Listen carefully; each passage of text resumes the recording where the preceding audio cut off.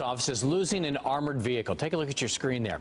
President Obama issued an executive order making law enforcement get rid of these things nationwide. The move is in response to some recent high-profile police killings. The White House says this is a way to help repair trust between the community and law enforcement. The Volusia County Sheriff's Office owns 2 armored vehicles, an MRAP and an M113. The order says the Sheriff's Office needs to give up the M113. And Volusia County Sheriff Ben Johnson joins me now to talk about this. Always good to see you. Appreciate you being here today. Let's start with this M113. Why do you guys need a vehicle like this? Well, an M113, originally it was the best armored vehicle we had. Since then we were able to get the MRAP, which is actually a better armored vehicle. But the tracked vehicle will go places that the tired vehicles will not. The MRAP is actually bigger than what we really would like to have, but it was something we could afford coming through the government program.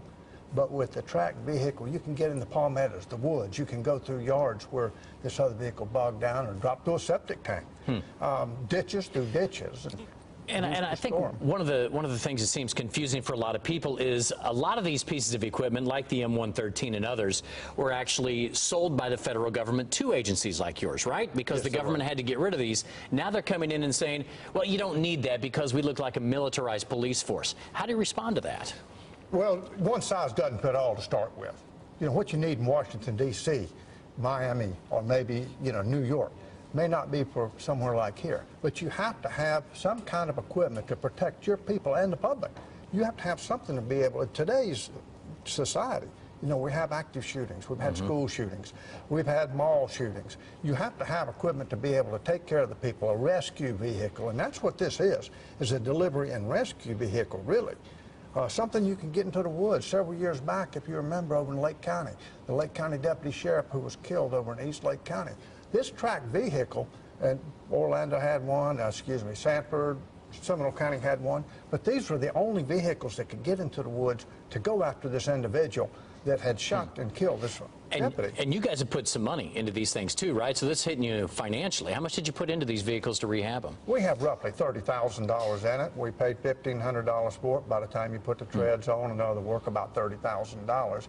But one of the key problems is you take these vehicles away, and you have some agencies in this country who now have no armored type of vehicle to protect their people or to protect their citizens. Do you think these types of vehicles had a negative impact between the officers and society?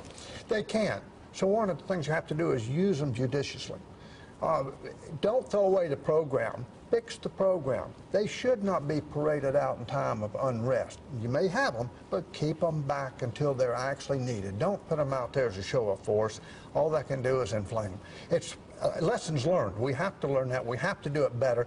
We have to fix the program. Don't destroy the program. So where do you guys go from here? You have to get rid of this one, right? So where do you go from here? We have to get rid of this one, but I'm trying to bring awareness to the fact of we can get by. We do have another armored vehicle, but there are places that don't have it. There are places today that now the officers are going to be put in harm's way and the citizens in harm's way due to the fact of not having these vehicles. All right, you guys have a lot of bikers in town this weekend, too. You guys ready for a big weekend over there? We're looking forward to it. Beautiful weather, a great event. 125,000 people. Yeah, we're looking forward to it. That's a lot. All right, Volusia County Sheriff Ben Johnson, always great to see you. Appreciate you being here today. We'll talk. The only place to witness awesome high school football.